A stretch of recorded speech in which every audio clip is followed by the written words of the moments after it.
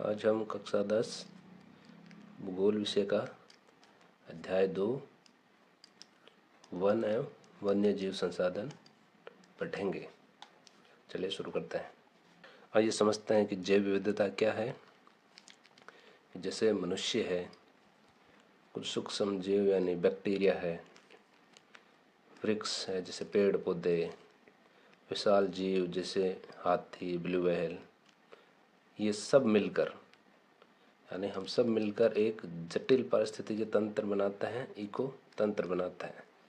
ये जैव विविधता है। जैव विविधता यानी भिन्न भिन्न भांति के जीव, जैसे मनुष्य हो गया, सूक्ष्म जीवाणु हो गए, वनस्पतियाँ हो गई, अन्य जंगली जीव हो गए, समुद्री जीव हो गए, ये सभी क्या है, जैव विविधता का हिस्सा है।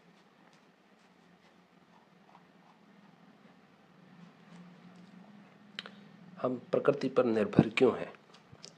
कि जैसे हवा है तो जिससे हम सांस लेते हैं उसे पेड़ पौधे और जंगल शुद्ध करते हैं।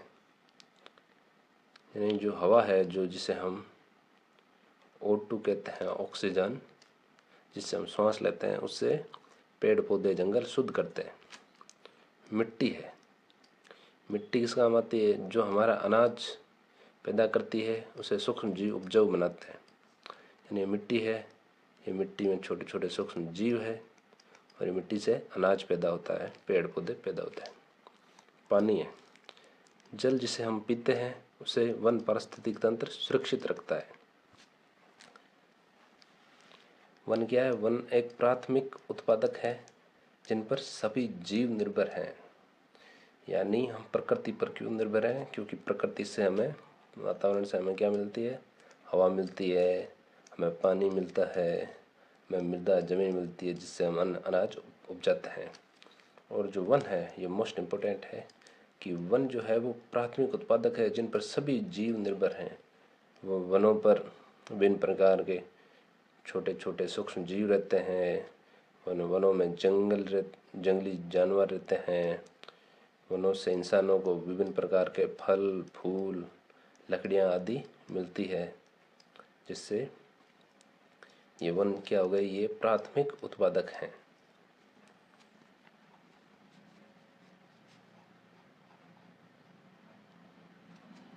ये एक नज़र भारत की प्राकृतिक संपदा पर डालते हैं कि भारत में विश्व की सारी जैव उपजातियों की 8% संख्या पाई जाती है। यानी एक तरफ पूरा विश्व है और एक तरफ अपना देश भारत, अकेले भारत में विश्व की 8% सारी जैव उपजातियाँ पाई जाती है। लगभग 16 लाख उपजातियाँ हमारे देश में मौजूद है।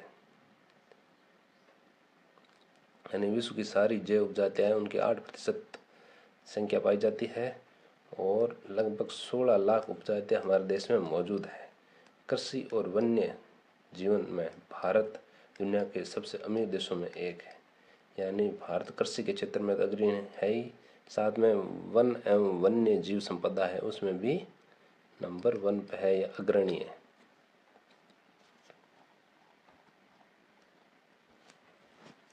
आइए देखते हैं कि प्रकृति पर क्या क्या संकट मंडरा रहे हैं। कि पर्यावरण के प्रति हमारी असंवेदनशीलता के कारण वन और वन्य जीवन का तेजी से विनाश हो रहा है।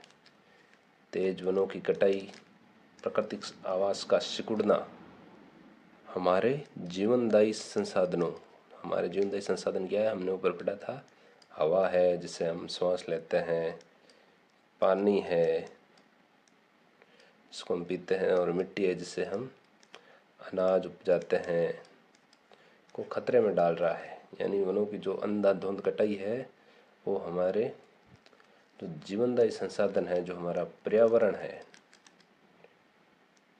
उसको खतरे में डाल रहा है।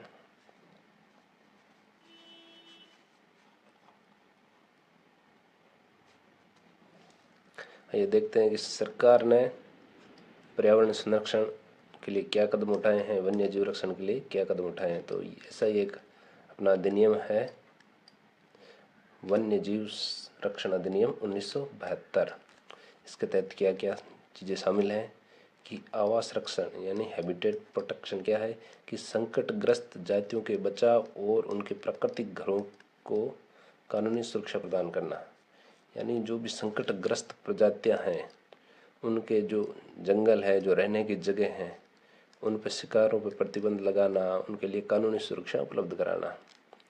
यहाँ पर दे रखा है कि शिकार पे प्रतिबंध लगाना, जानवरों को मारने और शिकार करने पर पूरी तरीके से रोक लगा दी गई है और व्यापार पर रोक, यानी वन्य जीवों के अंगों के गैर कानूनी व्यापार पर सख्त पाबंदी है। यानी जो वन्य जीव संरक्षण अधिनियम 1972 है, उसके तहत क्या है कि जो उनके रहने के स्थान है, जैसे जंगल है तो जंगलों की कटाई रोकना, जंगलों में अवैध अतिक्रमण को रोकना, वन्य जीवों के शिकार पर प्रतिबंध लगाना और उनको मार कर उनका व्यापार करते हैं उस पर प्रतिबंध लगाना। इसके तहत केंद्र और राज्य सरकारों ने कई राष्ट्रीय उद्यान नेशनल पार्क्स बनाए हैं और पशु विहार, जिन्हें हम सेंचुरीज कहते हैं, स्थापित किए हैं। यानी राष्ट्रीय उद्यान और पशु विहार बनाए हैं राज्य और केंद्र सरकारों ने, किसके लिए? वन्य जीवों के रक्षण के लिए। आइए प्रोजेक्ट टाइगर देखते हैं कि प्रोजेक्ट टाइगर क्या है, जो कि 1973 में शुरू किया गया था। इसका उद्देश्य क्या है? जंगल के राजा यानी टाइगर को बचाना। 20वीं सदी की शुरुआत में बाघों की संख्या लगभग कितनी थी? 55,000 थी। 20वीं सदी की शुरुआत यानी 1900 से बाद यानी 1901 से 20वीं सदी की शुरुआत हो गई। तो 20वीं सदी की शुरुआत में भारत में बाघों की संख्या 55,000 थी। 1973 तक मात्र 1,827 बाघ ही बचे। यानी जो टाइगर जो बाघ हैं, जो इन 70 सालों में, लगभग 60-70 सालों में इनकी जो संख्या है वो 55,000 से घटकर 1,827 तक रह गई। घटने के कारण क्या थे? इसके कारण थे व्यापार के लिए शिकार करना और आवासों का सिकुड़ना। यानी टाइगर को मारकर उनका व्यापार किया जाता था, शिकार कर दिया जाता था और जंगलों में उनके जो प्राकृतिक आवास है उनको नष्ट कर देना, जिससे इनकी संख्या बहुत तेज गति से घट गई। 1973 प्रोजेक्ट टाइगर की शुरुआत, ये सिर्फ एक जानवर को बचाने की योजना नहीं है, बल्कि बाघ को बचाकर पूरे वन पारिस्थितिकी तंत्र को बचाने का प्रयास है। यानी जो प्रोजेक्ट टाइगर है 1973 का, इसमें इसका उद्देश्य ये नहीं है कि हम सिर्फ बाघ को बचाएंगे, क्योंकि पारिस्थितिकी तंत्र में जो है जीव एक दूसरे से परस्पर बंधे हुए रहते हैं, पारस्परिक संबंध होते हैं। तो सिर्फ एक बाघ के मर जाने मात्र से ही पारिस्थितिकी में बहुत सारा असंतुलन पैदा हो सकता है।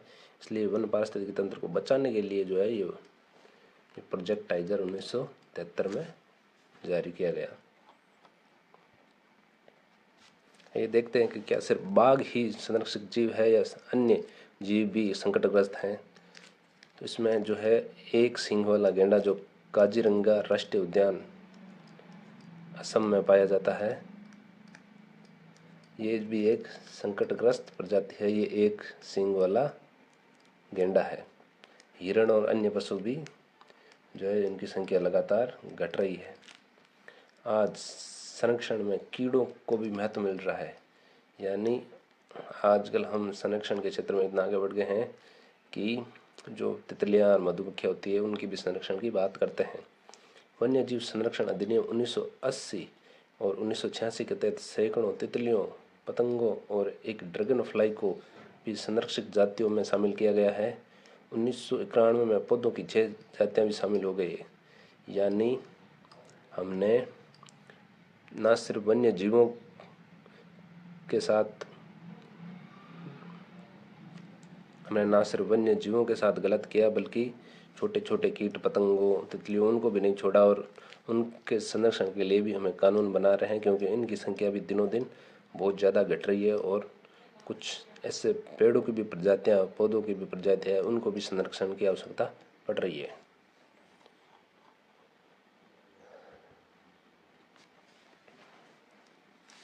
ये देखते हैं कि वनों का वर्गीकरण क्या है। मुख्य तौर से वनों को 3 प्रकार में बांटा जाता है।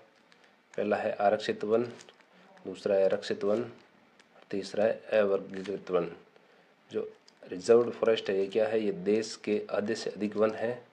कैसा है? महत्व क्या है? वन और वन्य जीवों के संरक्षण के लिए सबसे अधिक मूल्यवान है ये, जैसे मध्य प्रदेश और जम्मू कश्मीर। रक्षित वन क्या है? कितना हिस्सा है इनमें? कुल वन जो है वो क्षेत्र का 1/3 हिस्सा है। कुल वन क्षेत्र का 1/3 हिस्सा रक्षित वन है। इन वनों को और अधिक नष्ट होने से बचाने के लिए सुरक्षा दी जाती है।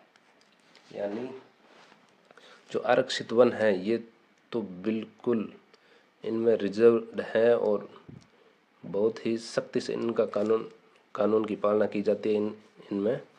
और जो रक्षित वन है ये धीरे धीरे नष्ट होने के कगार पे हैं, तो इनको नष्ट होने से बचाने के लिए इनको सुरक्षा प्रदान की जाती है। तीसरा है अवर्गीकृत वन। बाकी बचे सभी वन और बंजर भूमि जो है वो अवर्गीकृत वन में आते हैं। यानी जो भी बंजर भूमि है, जो छोटे मोटे चारागाह भूमि है, जहाँ पे थोड़े बहुत पेड़ हैं, घास हैं, ये सभी अवर्गीकृत वन में आते हैं। का महत्व क्या है? ये सरकार, व्यक्तियों और समुदायों के स्वामित्व में होते हैं, जैसे पूर्वोत्तर राज्य और गुजरात। यानी ये सरकार और व्यक्तियों और समुदायों तीनों के स्वामित्व में होते हैं। यहाँ की इनमें जो है वो चारागाह भी कर सकते हैं, तो थोड़ी बहुत लकड़ी भी इनसे ले जा सकते हैं, और मतलब समुदाय भी इनको अपने उपयोग में लेता है और सरकार का भी इन पर नियंत्रण रहता है।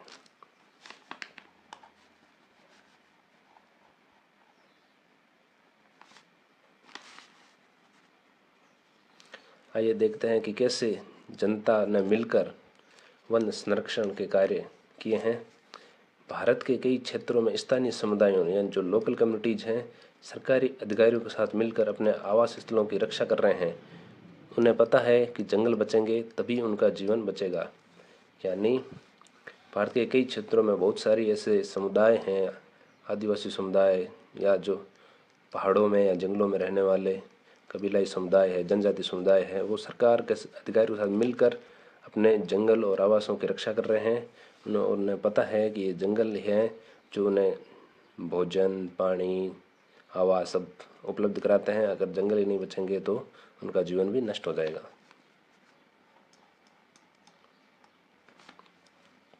आइए हम ऐसी ही स्थानीय लोगों की 2 कहानियों के बारे में पढ़ते हैं। एक है सरिस्का राजस्थान से और दूसरी है अलवर राजस्थान से। सरिस्का बाघ रिजर्व में राजस्थान के गांव के लोगों ने वन्य जीव रक्षण अधिनियम का सहारा लिया। उन्होंने वहाँ हो रहे खनन कार्य को बंद करवाने के लिए कड़ा संघर्ष किया। यानी जो सरिस्का बाघ रिजर्व जो है उसमें वहाँ के गांव के निवासियों ने, गांव के लोगों ने उसमें जंगल में हो रहे खनन कार्य को रोकने के लिए और अभ्यारण्य को बचाने के लिए एक बहुत ही कठिन संघर्ष किया और उन्होंने इसमें सफलता पाई। दूसरा उदाहरण है अलवर राजस्थान का कि अलवर के 5 गांव के लोगों ने 1200 हेक्टेयर वन भूमि को भैरवदेव डाकव सेंचुरी घोषित कर दिया। उन्होंने अपने खुद के नियम कानून बनाए हैं जहाँ शिकार पूरी तरह वर्जित है और बाहरी लोगों की घुसपैठ पर रोक है। यानी ये बहुत ही अच्छा उदाहरण है स्थानीय लोगों की जो जागरूकता है उसका, कि अलवर के 5 गांव के लोगों ने मिलकर 1200 हेक्टेयर भूमि को जो है भैरवदेव डाकव सेंचुरी जो है वो घोषित कर दिया है और वो मिलकर अपने स्वयं के नियम से इसकी सुरक्षा करते हैं और वहाँ पर शिकार वर्जित है और बाहरी लोग जो है वो घुसपैठ नहीं कर सकते। ये चित्र दे रखा है कि भैरवदेव डाकव सेंचुरी अलवर जिले में। यानी किस तरीके से स्थानीय लोगों और गांव के निवासियों ने भी पर्यावरण संरक्षण में योगदान दिया है। न सिर्फ सरकार ने बल्कि लोगों ने भी इसमें अपना योगदान दिया है। ये देखते हैं कि चिपको आंदोलन क्या है। पेड़ों से चिपकना और साथ मिलकर बचाना। चिपको आंदोलन हिमाचल प्रदेश का है कि पेड़ों को कटने से बचाने के लिए स्थानीय लोग उनसे चिपक गए। यानी वनों की कटाई के आदेश जारी हुए थे तो स्थानीय लोग जो है वो आकर पेड़ों से चिपक गए। इससे प्रभाव क्या पड़ा कि वन कटाई रोकी गई और स्थानीय पौधों की जातियों का प्रयोग करके सामुदायिक वनीकरण को सफल बनाया गया। यानी जब लोग पेड़ों को बचाने के लिए पेड़ों से जा के चिपक गए तो फिर आखिर में कटाई रोकनी पड़ी और लोगों ने इस प्रकार से अपने जंगल बचाए। संयुक्त वन प्रबंधन जॉइंट फॉरेस्ट मैनेजमेंट 1988 क्या है? कि गांव के लोग वन विभाग के अधिकारी मिलकर काम करते हैं। ऐसा प्रस्ताव कहाँ पास किया गया है? उड़ीसा ने पहला प्रस्ताव पास किया है, जहाँ पे गांव के लोग यानी पीपल प्लस गवर्नमेंट ऑफिशियल्स मिलकर जो है वो वन प्रबंधन का काम करेंगे। इसके प्रभाव क्या है कि ग्रामीण वन बचाते हैं और बदले में उन्हें गैर इमारती लकड़ी और अन्य वन उत्पादों का भी लाभ मिलता है। यानी वन विभाग के अधिकारी और ग्रामीण मिलके वनों में अवैध तस्करी, अवैध शिकार और बाहरी व्यक्तियों की घुसपैठ रोकते हैं। इससे गांव वालों को जो है वो गैर इमारती लकड़ी भी मिल जाती है, जो सूखे पेड़ वगैरह इनकी लकड़ियाँ, पत्तियाँ, फूल, फल भी मिल जाते हैं। इससे गांव वालों को भी लाभ होता है और वन भी बचे रहते हैं।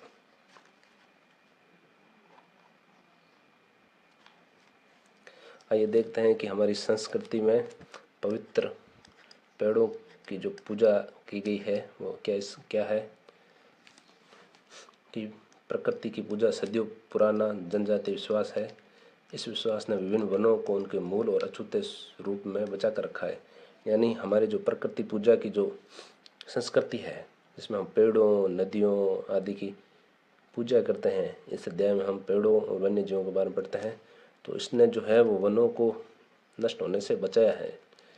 पेड़ों के पवित्र पेड़ों के झुरमुट कि देवी देवताओं के वन जंगलों के इन हिस्सों में न तो स्थानीय लोग घुसते हैं और न ही किसी बाहरी इंसान को यहाँ छेड़छाड़ करने देते हैं। यानी इस प्रकार से जंगल जो है वो हमारे लिए पवित्र हैं, पौधे पवित्र हैं और हमें उनकी सुरक्षा करनी चाहिए और ये हमारी संस्कृति का हिस्सा है।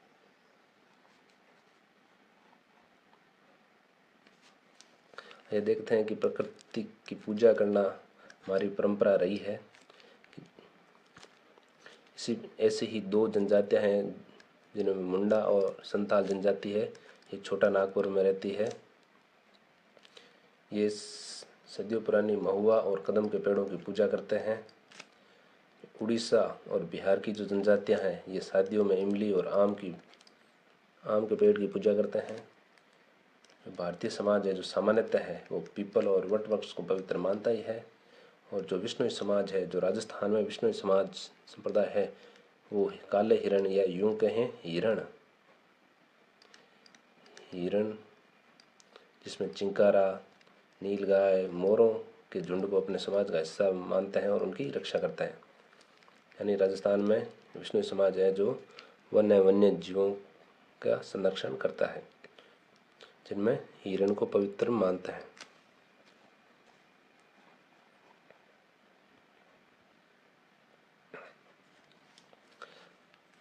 आइए हम देखते हैं कि ये हमारा जीवन है और हमारी जिम्मेदारी है कि हम वन्य जीवों का संरक्षण करें, क्योंकि यही हमारा जीवन है। बिना वन्य और वन्य जीवों के हमारा कोई जीवन नहीं है। एक पेड़ एक विशेष असीमित, दयालु और उदारपूर्ण जीवधारी है जो अपने सतत पोषण के लिए कोई मांग नहीं करता और दानशीलतापूर्वक अपने जीवन की क्रियाओं को भेंट करता है। ये सभी की रक्षा करता है और स्वयं पर कुल्हाड़ी चलाने वाले विनाशक को भी छाया प्रदान करता है। ये बात किसने कही? ये महात्मा बुद्ध ने, गौतम बुद्ध ने 487 ईसा पूर्व में यह बात कही है कि पेड़ जो है वो बहुत ही दयालु जीवधारी है जो अपने पोषण के लिए कुछ नहीं मांगता और अपना इतनी उसमें दयालुता है कि वो जो कुल्हाड़ी लेकर उसको काटने आता है उसको भी ये छांव देता है। जब हम वनों को बचाते हैं तो हम स्वयं को बचाते हैं। ये लाइन आप ज़रूर याद रखिएगा कि जब हम वनों को बचाते हैं तो हम स्वयं को बचाते हैं। When we save the forest, we save ourselves। बिना वनों के हमारा अस्तित्व नहीं है। प्रकृति में वन और मनुष्य एक दूसरे के पूरक हैं। बिना वनों के हमारा अस्तित्व नहीं है और आज के समय में बिना हमारे सहयोग के ये वन बच नहीं सकते। हमें वनों को बचाने के लिए निरंतर संघर्ष और जागरूक रहने की आवश्यकता है, तभी हम बचेंगे और हमारे वन बचेंगे। तो ये था हमारा कक्षा 10 भूगोल का अध्याय 2 वन एवं वन्य जीव।